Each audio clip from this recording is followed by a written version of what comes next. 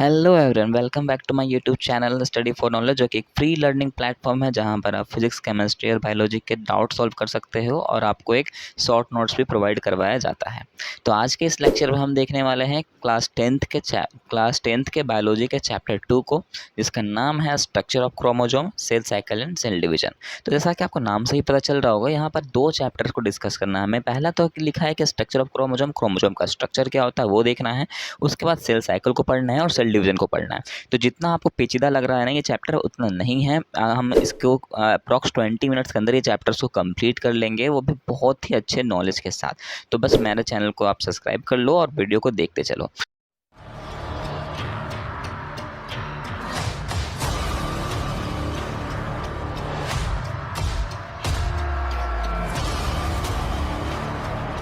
तो सबसे पहले हम क्रोमोजोम की बात करें उससे पहले मैं एक बार पिछले चैप्टर को रिकैप कर देता हूँ कि जो हमने उसमें पढ़ा है, क्योंकि इसमें लिंकेज है थोड़ा सा। और दूसरी बात, मैंने एक सबसे पहले वीडियो अपलोड किया था बायोलॉजी क्या है ये करके, तो उसमें मैंने चैप्टर्स के बारे में भी बताया था। उसमें मैंने एक चीज़ बताई थी आपको, एक चीज़ क्या बताई थी याद होगा नहीं, मैं अभी बता देता हूँ। तो हमने सबसे पहले बताया ना कि जीन क्या होता है। जीन जो होता है हमारे, ये जीन क्या है, जेनेटिक मटेरियल का काम करते हैं। कहाँ पर प्रेजेंट होता है हमारी बॉडी में, और बॉडी में भी कहाँ, तो सेल में प्रेजेंट होती है। सेल के में भी कहाँ, सेल के अंदर न्यूक्लियस जो होता है उसके अंदर रहती है। तो हम ये भी बोल सकते हैं कि जो जीन होती है हमारे न्यूक्लियस के अंदर जो होता है जेनेटिक मटेरियल प्रेजेंट होता है, जिसको हमने क्या कहा था, क्रोमैटिन कहा था। अगर आपको नहीं पता कि क्रोमैटिन क्या है तो आप मेरे पिछले लेक्चर में विजिट कर सकते हो। तो उस क्रोमैटिन में प्रेजेंट होता है हमारा जेनेटिक मटेरियल। जेनेटिक मटेरियल को ही हम क्या कहते हैं, डीएनए के नाम से जानते हैं, आरएनए के नाम से जानते हैं। डीएनए का फुल फॉर्म क्या होता है, deoxy ribo nucleic acid. RNA का फुल फॉर्म क्या होता है, राइबोलोज न्यूक्लिक एसिड। तो आखिर देखा जाए दोनों में एक चीज़ कॉमन आपको दिखेगा, वो है राइबोलोज, मतलब राइबोज। तो राइबोज क्या है, राइबोज का काम क्या है, प्रोटीन सिंथेसिस करना है। वो भी मैंने पिछले लेक्चर में आपको बता दिया था। तो आगे बढ़ते हैं। अगर हम बात करें तो ये जो डीएनए होता है ना, ये क्रोमोजोम के अंदर भी होता है। हम ये भी बोल सकते हैं कि जो डीएनए होता है, बहुत सारे डीएनए जब मिलते हैं तो क्रोमोजोम बनता है। तो क्रोमोजोम के अंदर डीएनए भी है। तो क्रोमोजोम का स्ट्रक्चर आपके बुक में कुछ इस तरह का दिया है, बहुत पेचीदा सा। तो आप इसको मत देखो, एक रफ डायग्राम देखो। आप क्या करो, एक दो एस बनाओ, एक सीधा एस बनाओ और एक उसके अपोजिट एस बनाओ। तो वो जो वहाँ पर ये जो स्ट्रक्चर बनेगा वही है क्रोमोजोम का स्ट्रक्चर। और वो जहाँ पर मीट होता है, ठीक है, दोनों जहाँ पर मेट करेंगे, वो जो क्रोमोजोम आपने बनाया, जो एस बनाया, वो दोनों जहाँ पर जाके मिल रहे हैं, उस पॉइंट को हम कहते हैं सेंट्रोमेयर। क्या कहते हैं, सेंट्रोमेयर कहते हैं। अब एक चीज़ बता देता हूँ कि जो क्रोमोजोम होते हैं वो दो क्रोमेटिड से मिल करके बने होते हैं। तो जो पहला एस आपने बनाया वो पहला क्रोमेटिड हुआ, जो दूसरा एस बनाया होगा आपने वो दूसरा क्रोमेटिड होता है। तो दोनों मिलते हैं तो एक क्रोमोजोम बनता है। अब जैसा कि हम सबको पता है, ये क्रोमोजोम जो होते हैं आगे जा कर के मियोसिस डिवीज़न करते हैं। अब ये जब मियोसिस डिवीज़न कर लेंगे तो क्या करेंगे, किस में कन्वर्ट हो जाएंगे, ये गैमेट्स में कन्वर्ट हो जाएंगे। तो हम मेल का क्रोमोजोम कितना होता है, 46 होता है, जो टूटता है किस में, 44 प्लस XY में। एक्स वाई क्रोमोजोम ही रिप्रेजेंटेटिव क्रोमोजोम है कि नहीं। हम सबको पता है कि हमारा अगर XX हो गया तो वो फीमेल हो जाती है, XY है तो वो मेल हो जाती है, राइट। अगर हम बात करें फीमेल के केस में, तो फीमेल के केस में भी टोटल क्रोमोजोम हमारे कितने होते हैं, 46 होते हैं। ये सब मैंने पिछले लेक्चर में भी बताया है। अगर आपने देखा है तो बहुत अच्छी बात है, नहीं देखा है तो फिर से मैं बता ही रहा हूँ। पर एक बार मैं कहूँगा कि अगर आपको चैप्टर्स के नाम याद रखने में भी दिक्कत होती है तो ये भी लेक्चर आप ज़रूर देख लेना। चलो अब फर्स्ट टॉपिक पे आते हैं। तो ये फीमेल के केस में देखा हमने, 44 प्लस XX में टूटेगी, क्रोमोजोम हो गया 46, इसमें भी 46, कोई डाउट यहाँ पर नहीं है। अब ये क्या करता है, मियोसिस डिवीज़न करता है। मियोसिस डिवीज़न जब करेगा तो ये क्रोमोसोम से किस में कन्वर्ट हो जाएगा, गैमीट्स में कन्वर्ट हो जाएंगे। अब गैमीट्स बनेगा तो मेल के केस में क्या होगा, 22 प्लस एक्स में टूटेगा, 22 प्लस वाई में टूटेगा। फीमेल के केस में क्या हो जाएगा, फीमेल के केस में 22 प्लस एक्स में टूटेगी, 22 प्लस एक्स में टूटेगी। तो यहाँ पर मजे की बात क्या है, फीमेल के केस में दोनों क्रोमोसोम तो सेम ही है, चाहे ये भी एक्स ले लो ये भी एक्स ले लो, दोनों का फीचर सेम ही है, राइट। अब मान लो ये दोनों क्रोमोसोम क्या करना चाहते हैं, मैटिंग करना चाहते हैं। दोनों गैमेट क्या करना चाहते हैं, मैटिंग करना चाहते हैं। मैटिंग करेंगे तो फ्यूजन ऑफ गैमेट होगा। फ्यूजन ऑफ गैमेट का मतलब क्या होता है, गैमेट का जुटना, that is also known as reproduction. This process को क्या कहते हैं, रिप्रोडक्शन भी कहते हैं। तो यहाँ पर आपके बुक में रिप्रोडक्शन का थोड़ा सा जिक्र भी किया है, आप देख सकते हो। अगर आपके पास बुक है तो खोल करके देखो, वहाँ पर रिप्रोडक्शन के बारे में थोड़ा सा बताया भी है कि किस तरह से गैमेट का फ्यूजन होता है जब फर्टिलाइजेशन कंप्लीट हो जाएगा। तो मान लो ये 22 प्लस एक्स क्रोमोसोम ये मेल वाला है और एक यहाँ पर 22 प्लस एक्स ये फीमेल का है, तो दोनों जब मिलेंगे तो क्या बन जाएगा 44 प्लस एक्स बनेगा। तो देख के बता सकते हो ये फीचर किसका है, बॉय का है या गर्ल का। तो हम बता सकते हैं यार ये गर्ल्स का फीचर है क्योंकि क्रोमोजोम लास्ट में एक्स आएगा। उसी तरह केस में देखा जाए तो एक 22 प्लस वाई है मेल का और इधर रहेगा 22 प्लस एक्स। तो ये दोनों जब मैटिंग करेंगे तो रिजल्ट क्या आएगा, तो यहाँ रिजल्ट आएगा 44 प्लस एक्स वाई जो कि एक मेल का क्रोमोजोम है। तो हम बोल सकते हैं यहाँ जो जो गैमेट बन रहा है, जो मतलब जो जाइगोट बन रहा है, जो एम्ब्रियो बन रहा है, वो कैसा होगा, वो बॉय होगा। राइट। तो यहाँ पर आप एक चीज़ और बता देता हूँ कि जो चाहे मेल हो या फीमेल हो, जो बेबी अगर गर्ल हो रही है या बॉय हो रहा है तो डिपेंड किसके क्रोमोसोम पे कर रहा है, किसके गैमेट पे करता है, मेल के गैमेट पे करता है कि कौन सा गैमेट जा करके किसके साथ रिप्रोड्यूस हो रहा है। राइट। तो लेकिन पहले के जनरेशन के जो लोग होते थे ना, वो पहले लड़की लोग को मतलब बोलते थे यार कि मतलब अगर लड़की हो रही है तो बहुत से मार देते थे, वो सब गलत है। एक्चुअली वो लोग एनसीईआरटी कभी पढ़े ही नहीं थे, अगर पढ़े होते तो शायद उन्हें भी ये चीज़ पता होता। तो यहाँ तक अगर आपको ये कॉन्सेप्ट क्लियर हो गया तो मैं बोल सकता हूँ आपको कि आपका जो आधा लेक्चर है 50% जो लेक्चर हैगा वो आपने कंप्लीट कर लिया। बची बात डीएनए के बारे में, तो डीएनए के बारे में आपने इस चैप्टर में बस थोड़ा सा जिक्र किया है कि डीएनए जो होता है वो डबल हेलिक्स होता है, मतलब डबल स्टैंडर्ड डीएनए होता है, सिंगल स्टैंडर्ड नहीं होता है। आरएनए जो होता है वो सिंगल स्टैंडर्ड होता है और डीएनए डबल स्टैंडर्ड होता है। मैं ट्रिक बताता हूँ, डीएनए से डी से डबल याद रख लो, डीएनए जो होता है वो डबल स्टैंडर्ड होता है।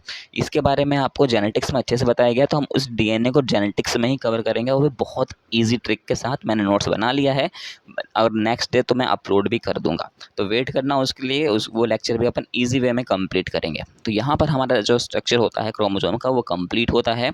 एक जीन का डेफिनेशन लिखा गया है आपके बुक में, तो मैं पढ़ देता हूँ। जीन के बारे में उसने लिखा है, gene are a specific sequence of a nucleotides on a chromosome that encode particular protein for express in the form of some particular features of the body.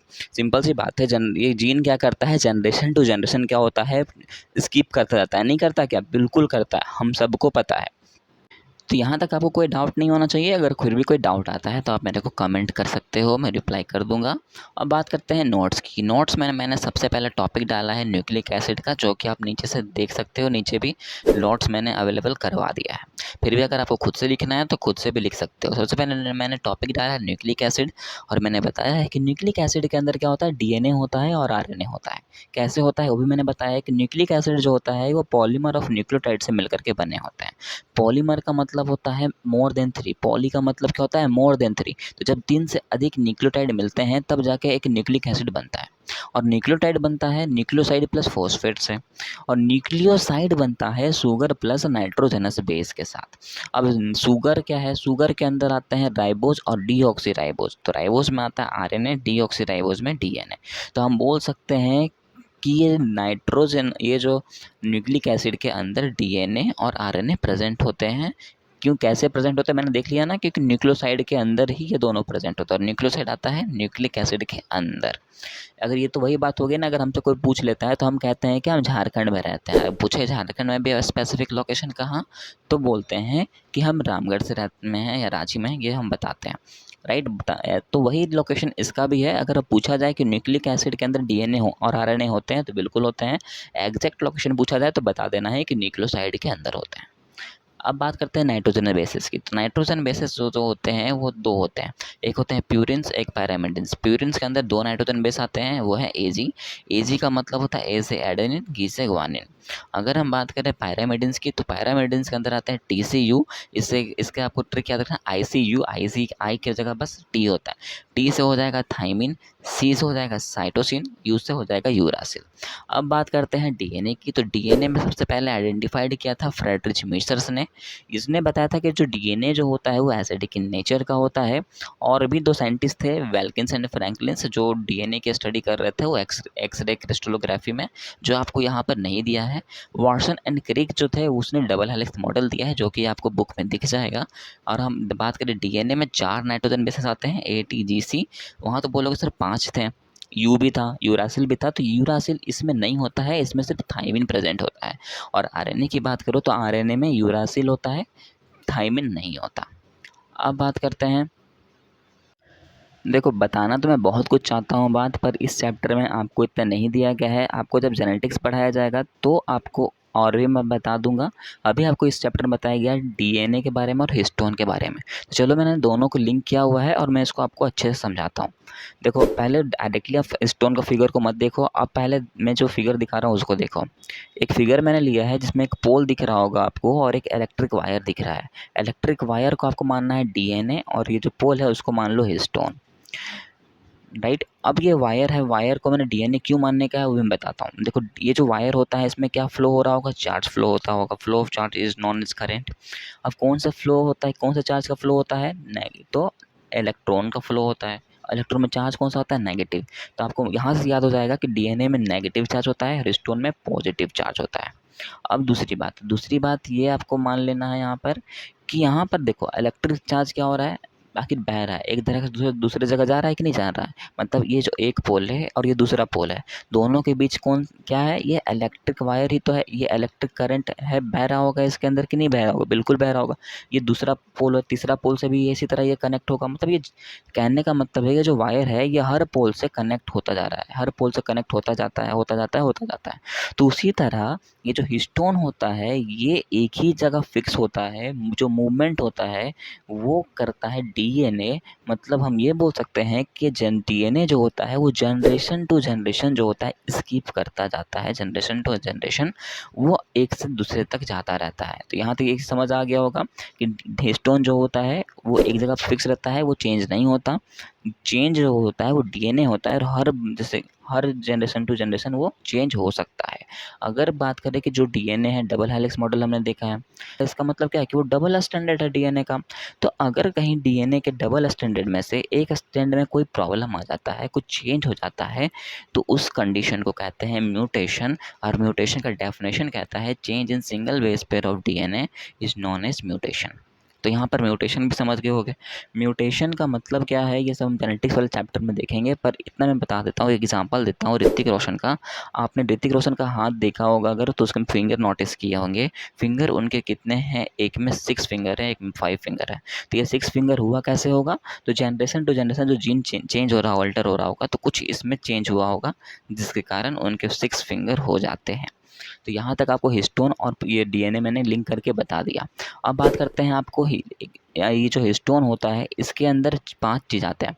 एक होता है H1 हिस्टोन, एक होता है H2A हिस्टोन, एक होता है H2B histone, एक होते हैं H3, एक होते हैं H4।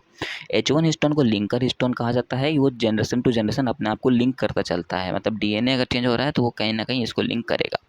बाकी जो है H2A है, H2B है, H3 है और H4 है, ये चारों हिस्टोन को हम अपन कहते हैं हिस्टोन ऑक्टामर। क्या कहते हैं, हिस्टोन ऑक्टामर कहते हैं। और यहाँ पर आपका ये जो हमने क्रोमोजोम वाला टॉपिक था, क्रोमोजोम का जो पार्ट था वो पूरी तरह से कंप्लीट कर लिया। तो पार्ट 1 हम बोल सकते हैं कि हम कंप्लीट कर लिया है। पार्ट 2 में हम देखेंगे cell division and cell cycle.